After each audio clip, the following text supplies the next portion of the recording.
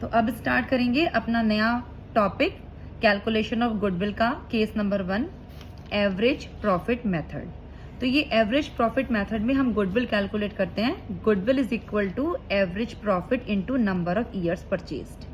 ठीक है, तो ये एवरेज प्रॉफिट होता क्या है? तो एवरेज प्रॉफिट निकालने के लिए हमें करना पड़ता है सम ऑफ प्रॉफिट्स आफ्टर एडजस्टमेंट्स, यानी जितने भी ईयर के प्रॉफिट्स दे रखे होते हैं उनको हमें लेना होता है, लेकिन आफ्टर एडजस्टमेंट्स। जो भी एडजस्टमेंट्स हैं, जो प्लस करनी है या जो माइनस करनी है, उसके बाद जो हमारा सम आएगा प्रॉफिट का, हम वो लेंगे और उसको डिवाइड करेंगे टोटल नंबर ऑफ ईयर्स, यानी जितने ईयर्स का हमें प्रॉफिट दे रखा है उससे हम उसे डिवाइड करेंगे। अब क्वेश्चन ये आता है कि ऐसे कौन से एडजस्टमेंट होते हैं जो हमें इस प्रॉफिट में से या तो ऐड करने हैं या फिर हमें लेस करने हैं। चलिए, तो सबसे पहले हम वो एडजस्टमेंट्स ही देख लेते हैं। देखिए, सबसे पहले हमारी जो एडजस्टमेंट्स होती है वो है नंबर 1 कि अगर सपोज करो if there is any abnormal loss, अगर हमें कोई भी एबनॉर्मल लॉस हो गया, सपोज लॉस बाय फायर, आग लग गई या चोरी हो गई या कोई वॉलंटरी रिटायरमेंट हो गया है या किसी को हमें कॉम्पनसेशन देना है, तो ये जो एबनॉर्मल लॉस होता है ना, इससे क्या होता है, हमारा जो प्रॉफिट है वो कम हो जाता है। तो हमको क्या करना है, उसको वापस से ऐड करना है। तो ये हमारी फर्स्ट एडजस्टमेंट है। ठीक है, अब सेकंड एडजस्टमेंट है हमारी if there is any abnormal gain. Suppose company को कोई भी एबनॉर्मल गेन हो गया, मान लीजिए हमने कोई एसेट सेल किया है, उससे हमें प्रॉफिट हो रहा है, या हमें कोई इनकम हो रही है इन्वेस्टमेंट से, तो जब हमें कोई भी एबनॉर्मल गेन होगा तो उससे हमारा प्रॉफिट जो होगा वो बढ़ जाएगा। तो उसको हम क्या करेंगे, उसको हम डिडक्ट करेंगे, यानी कि उसको हम माइनस करेंगे। तो ये हमारा सेकेंड एडजस्टमेंट है। चलिए, सपोज करिए कि एबनॉर्मल गेन हम कैसे कैलकुलेट करते हैं। जैसे कि मान लीजिए हमें नंबर ऑफ ईयर्स परचेज है 3 ईयर्स और हमें प्रॉफिट दे रखे हैं फर्स्ट ईयर में 25,000, सेकेंड ईयर में 35,000, थर्ड ईयर में 30,000, फोर्थ ईयर में 2,50,000 और फिफ्थ ईयर में 40,000। तो अगर आप देखेंगे तो यहाँ पर एक नॉर्मल प्रॉफिट इंक्रीज हो रहा था 25, 35, 30, 40, लेकिन फोर्थ ईयर में अचानक से हमारा प्रॉफिट जो है वो 2,50,000 हो जाता है, यानी कि यहाँ पर हमें कोई भी एक एबनॉर्मल गेन हो रहा है। ठीक है, सपोज ये 2,50,000 में से हमें कोई इनकम हुई है जो हमें इन्वेस्टमेंट को सेल करके हुई है, तो या फिर हमें कोई इनकम हुई है जो हमें एसेट्स को सेल करके हुई है, तो हम वो जो हमारा एबनॉर्मल गेन है वो 2,50,000 से डिडक्ट कर देंगे। अब जो ये हमारा 2,50,000 में से 2 लाख हमने जो डिडक्ट किया है, ये जो 50,000 आएगा ये हमारा रिमेनिंग प्रॉफिट होगा, यानी कि जो भी एबनॉर्मल गेन था वो हमने डिडक्ट कर दिया। 2 लाख हमारा एबनॉर्मल गेन था, इनकम फ्रॉम इन्वेस्टमेंट, तो हमने वो डिडक्ट कर दिया। 50,000 हमारा प्रॉफिट है। तो अब हम इसका टोटल करेंगे 25,000, 35,000, 30,000 और यहाँ पर हमने एबनॉर्मल गेन डिडक्ट किया तो वो हमारा 50,000 बचता है। तो 50,000 प्लस 40,000, तो टोटल करने के बाद आप देखो एवरेज प्रॉफिट है हमारा सम ऑफ प्रॉफिट 1,80,000 और नंबर ऑफ ईयर्स है हमारे पास 5, तो 5 से हमने डिवाइड किया तो हमारा आंसर आया 36,000। अब हमें गुडविल निकालनी थी जो कि हमारी नंबर ऑफ ईयर परचेज है 3 ईयर्स। तो गुडविल है हमारी average profit into number of years purchased, तो 36,000 इंटू 3 1,08,000। तो ये हमारा एबनॉर्मल गेन का एक एग्जाम्पल है कि जब भी कभी भी आप प्रॉफिट चेक करेंगे तो आपको एक कंसिस्टेंसी दिखेगी, लेकिन अचानक से अगर बहुत ज्यादा कहीं पर हमारा प्रॉफिट बढ़ रहा है तो इट मीन्स वहां पर हमें एक एबनॉर्मल गेन हुआ है जिसको हमें पहले डिडक्ट करना है, उसके बाद जो प्रॉफिट आएगा वो हम अपने टोटल प्रॉफिट में लेते हैं। अब आते हैं अपनी थर्ड एडजस्टमेंट पे, क्लोजिंग स्टॉक ओवर वैल्यू। अगर कभी क्वेश्चन में हमारा क्लोजिंग स्टॉक ओवर वैल्यू है, मतलब ज्यादा है, तो हम उसको लेस करेंगे, लेस स्टॉक। अगर क्लोजिंग स्टॉक अंडर वैल्यू है तो हम उसको ऐड करेंगे, ऐड स्टॉक। अगर ओपनिंग स्टॉक ओवर वैल्यू है तो हम उसे ऐड करेंगे, ऐड ओपनिंग स्टॉक। अगर ओपनिंग स्टॉक अंडर वैल्यू है तो हम उसे लेस करेंगे, ओपनिंग स्टॉक। इसके बाद हमारी 7th नंबर की जो एक एडजस्टमेंट है, capital expenditure charge to revenue expenditure, यानी कि हमने कैपिटल एक्सपेंडिचर को गलती से खर्चा मान लिया।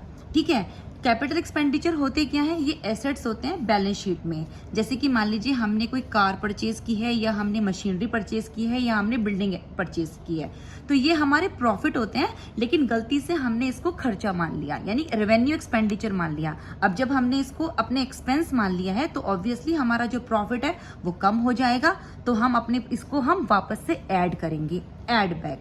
और हमेशा ये ध्यान रखना है कि जब भी capital expenditure charge to revenue expenditure वाली एंट्री एडजस्टमेंट आएगी तो इस पे हमें डेप्रीसिएशन जरूर लगाना है, डेप्रीसिएशन ऑन कैपिटल एक्सपेंडिचर, और ये लेस करना है।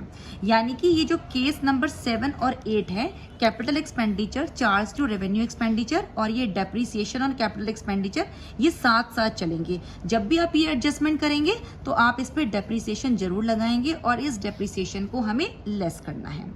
इसके बाद हमारी 9th एडजस्टमेंट आती है कि जब रेवेन्यू एक्सपेंडिचर को हम चार्ज कर रहे हैं एज ए कैपिटल एक्सपेंडिचर, यानी कि रेवेन्यू एक्सपेंडिचर हमारा खर्चा था और हमने उसको एसेट मान लिया। जब हमने उसको एसेट मान लिया तो हमारा प्रॉफिट बढ़ गया।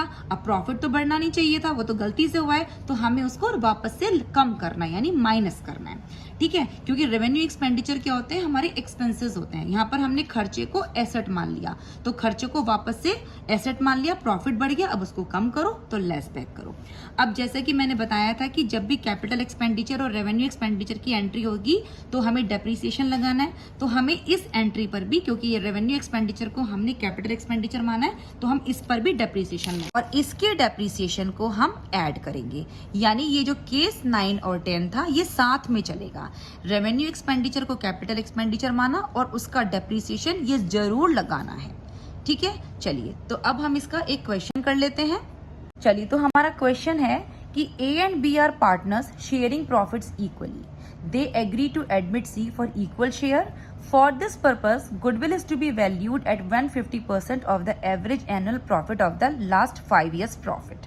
ये 5 years प्रॉफिट हमें गिवन है, ईयर एंडेड 31 मार्च 2015, 16, 17, 18 और 19 की, जिसमें 40,000, 60,000, 1 लाख और ये 20,000 हमारा लॉस है और 1,50,000। It was observed that during the year ended 31st March 2016, an asset of the original cost of 2 lakh with book value of 1,50,000 was sold for 1,24,000. Second adjustment है हमारी on 1st April 2017. 2 computers costing 1 lakh were purchased and were wrongly debited to travelling expenses, and depreciation on computer was to be charged at 20% per annum on written down value. Calculate the value of goodwill. तो goodwill यहाँ पे हमें calculate करनी है कि average profit का 150%, यानी 150% of the average profit, जिसको हम लिखेंगे 150/100। ठीक है, तो इसको हमें कैलकुलेट करना है। हमें पहले एवरेज प्रॉफिट निकालना है। एवरेज प्रॉफिट के लिए हमें सम ऑफ प्रॉफिट्स निकालना है। चलिए तो हमें प्रॉफिट्स लेने हैं आफ्टर एडजस्टमेंट। कैलकुलेशन करते हैं, तो एक प्रोफार्मा बनाएंगे, calculation of profits after adjustment. Profit and losses, हमारे पास ईयर था, ये year ended 31st March 2015, year ended 31st March 2016, 2017, 2018, 2019।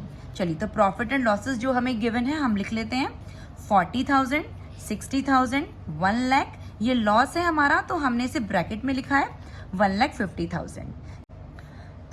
तो अब हमारी जो फर्स्ट एडजस्टमेंट है वो है कि during the year ended 31st March 2016, an asset of the original cost of 2 lakh with book value of 150,000 was sold for 1,24,000। तो बेटा इसमें यह है कि एक एसेट था जो 2 लाख का हमने कभी लिया था, आज उसकी बुक वैल्यू कितनी है, 1,50,000 हो गई है।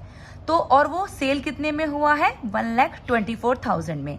तो अगर आप देखेंगे कि 1,50,000 में से हमने 1,24,000 में हमने उसे सेल किया, यानी कि अभी भी हमको कितने का लॉस हुआ है, 26,000 का लॉस हुआ है। हमारी जो बुक वैल्यू थी वो 1,50,000 थी, लेकिन सेल तो हमने कम में किया ना, 1,24,000 में किया, तो 26,000 का जो हमें लॉस हो गया है वो हमारा एबनॉर्मल लॉस है, जो कि हमारे प्रॉफिट को कम कर देता है। तो हम इस लॉस को वापस से ऐड करेंगे।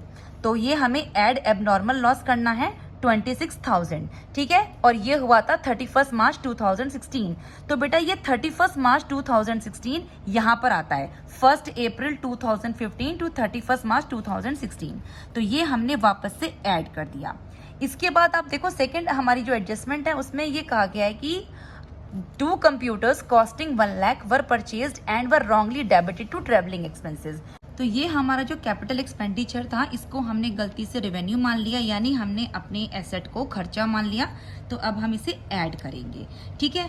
अब जैसे कि मैंने आपको बताया कि ये 2017 में दिया था, लेकिन आप सोच रहे हो कि 2018 में क्यों लिखा है। देखो बेटा, यहाँ पर इन्होंने बोला कि 1 अप्रैल 2017 और यहाँ पर तो 31 मार्च 2017 एंड हो जाता है, तो 1 अप्रैल 2017 यहां पर आएगा क्योंकि ये ईयर एंडेड है। 31 मार्च 2017 यहां पर एंड हो गया। अब ये 1 अप्रैल 2017 यहां पर आएगा, इसलिए हमने इसको यहां पर ऐड किया है। अब क्योंकि मैंने आपको बताया था कि जब भी कैपिटल एक्सपेंडिचर को हम रेवेन्यू एक्सपेंडिचर चार्ज करते हैं तो डेप्रीसिएशन को हम जरूर लगाएंगे। तो अब हमने 1 लाख पर जो डेप्रीसिएशन लगाना है 20% का लगाना है, जो कि रिटन डाउन वैल्यू बेसिस पे होता है। रिटन डाउन वैल्यू बेसिस ये होता है कि जैसे सपोज हमने डेप्रीसिएशन लगाया है 1 लाख पे 20%, हमारा है 20,000, इसको हमने लेस करना है 20,000। अब बाकी जितने भी आगे हमारे ईयर्स बचेंगे उसमें ये डेप्रीसिएशन लगेगा, लेकिन रिटन डाउन वैल्यू बेसिस पे लगेगा। यानी कि अब 1 लाख में से 20,000 हम माइनस करेंगे तो अब हमारा आ जाएगा 80,000। अब 80,000 पे हम 20% लगाएंगे तब आएगा हमारा ये 16,000। फिर वापस से हम 80,000 में से 16,000 माइनस करेंगे, जो वैल्यू आएगी उस पर 20% लगेगा। यानी रिटन डाउन वैल्यू में जो भी डेप्रीसिएशन हमारे कैलकुलेट होकर आएंगे उनको हम माइनस करेंगे और जो वैल्यू आएगी वो हम डेप्रीसिएशन में लगाएंगे, ठीक है। तो ये हमने डेप्रीसिएशन अपना लेस कर दिया यहाँ पर। अब नेक्स्ट मंथ में रिटन डाउन वैल्यू की बेसिस पे 16,000 हमारी डेप्रीसिएशन आती है, क्योंकि 1,20,000 1 लाख में से 20,000 हमने माइनस किया, 80,000 बचा। 80,000 पे जब आप 20% डेप्रीसिएशन फिर लगाएंगे तो 16,000 हमारा डेप्रीसिएशन आएगा। अब हम इसको प्लस और माइनस कर लेते हैं। देखो बेटा, प्रॉफिट हमारे 5 ईयर्स की 40,000, नीचे कोई भी वैल्यू नहीं है, 40 आ गया। 60 + 26 86, 1 लाख, नीचे कोई भी वैल्यू नहीं है, 1 लाख। अब देखो ये दोनों वैल्यू हमारी माइनस की हैं, ये प्लस की हैं, तो माइनस माइनस हमने प्लस कर लिया, यानी कि 40,000। तो 1 लाख में से अगर हम 40,000 माइनस करते हैं तो ये आ जाएगा हमारा 60,000। और 1,50,000 में से अगर हम 16,000 माइनस करेंगे तो 1,34,000 आ जाएगा। तो एवरेज प्रॉफिट के लिए जो हमारे पास सम ऑफ प्रॉफिट्स आया है आफ्टर एडजस्टमेंट्स वो ये आया है। अब इनका हम सम कर लेते हैं। 40,000 + 86,000 1 लाख + 60,000 134,000। तो टोटल है हमारे पास 5 ईयर्स के प्रॉफिट। तो 5 से हमने इसको डिवाइड किया तो हमारा 84,000। तो गुडविल जो आएगी हमारी वो एवरेज प्रॉफिट का 150% है। तो एवरेज प्रॉफिट हमारा 84,000 आया, उसका 150% हमने निकाला, 150/100, तो 1,26,000 हमारा आंसर है। अब एक क्वेश्चन और करेंगे। A and B are partners sharing profits and losses in the ratio 3:2. They agreed to take C into partnership for 1/3 share. For this purpose, goodwill is to be valued at 2 years purchase of the average profit of last 4 years, which were as follows. Year ended on 31st March 2014, 15, 16, 17. और profit and losses हमें given है 50,000, 1,20,000, 1,80,000 and 70,000 हमारा loss है। अब adjustment दे रखी है कि on 1 April 2016 a motor bike costing ₹50,000 was purchased and debited to traveling expense account on which depreciation is to be charged at 20% per annum. Calculate the value of goodwill.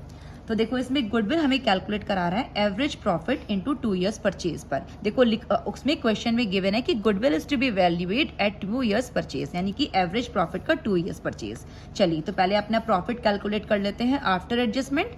तो calculation of profit after adjustment, profit and losses हमारे पास year हैं 2014, 15, 16 and 17। तो profit and losses लिख लेते हैं। हमारा first year में है 50,000, देन 1,20,000, देन 1,80,000 और लॉस है हमारा 170,000 का, जो हमने ऑलरेडी ब्रैकेट में कर दिया है। अब आप एडजस्टमेंट देखो कि एक मोटर बाइक थी जिसकी कॉस्टिंग थी 50,000, जो कि हमने परचेज की है, जिसको was debited to travelling expenses, जिसको गलती से कैपिटल एक्सपेंडिचर को क्या हमने मान लिया, हमने उसको एक्सपेंस मान लिया है। हमने कैपिटल एक्सपेंडिचर को क्या मान लिया, हमने उसको एक्सपेंस मान लिया। यानी कि था तो हमारा एसेट, लेकिन हमने उसको खर्चा मान लिया। तो हम खर्चा मानेंगे तो हमारा प्रॉफिट कम हो जाएगा, तो हम वापस से उसको ऐड बैक करेंगे। तो हमने 50,000 को यहाँ पर ऐड बैक करा, और जैसे कि मैंने आपको बताया है कि जब भी capital expenditure to revenue expenditure या revenue expenditure charge to capital expenditure की एंट्री आएगी तो आपको डेप्रीसिएशन लगाना ही लगाना है। अब हम इसमें से अपना डेप्रीसिएशन लेस करेंगे, तो 50,000 पे हमारा जो डेप्रीसिएशन दे रखा है वो दे रखा है 20% पर एनम। तो डेप्रीसिएशन हमारा 50,000 पे 20% 10,000 का आया, जो कि हमने लेस कर दिया 10,000। चलिए, अब इसके अलावा कोई और एंट्री इसमें है नहीं, तो हम अपना प्रॉफिट निकाल लेते हैं। 50,000, नीचे कोई अमाउंट नहीं है, तो ये 50,000 बेटा, ये 50,000 सॉरी। इसके बाद 1,20,000, तो 1,20,000, 1,80,000, 1,80,000। अब आप देखो, ये 70,000 था और 10,000, यानी माइनस के 80,000 है और 50,000। तो माइनस की वैल्यू हमारे पास ज़्यादा है 80,000, प्लस की वैल्यू कम है, तो हमारा आंसर माइनस के 30,000 आएगा। चलिए, तो अब हम पहले अपना एवरेज प्रॉफिट कैलकुलेट कर लेते हैं। तो एवरेज प्रॉफिट है हमारा 50,000 प्लस 120,000, 180,000, ये माइनस वैल्यू है तो 130,000। टोटल करेंगे 4 ईयर्स का हमारा प्रॉफिट है अपॉन 4, 3,20,000 अपॉन 4, 80,000। और गुडविल हमें कैलकुलेट करनी थी एवरेज प्रॉफिट के 2 ईयर्स परचेज पर, तो 80,000 इंटू 2, 1,60,000 आंसर है हमारा गुडविल का।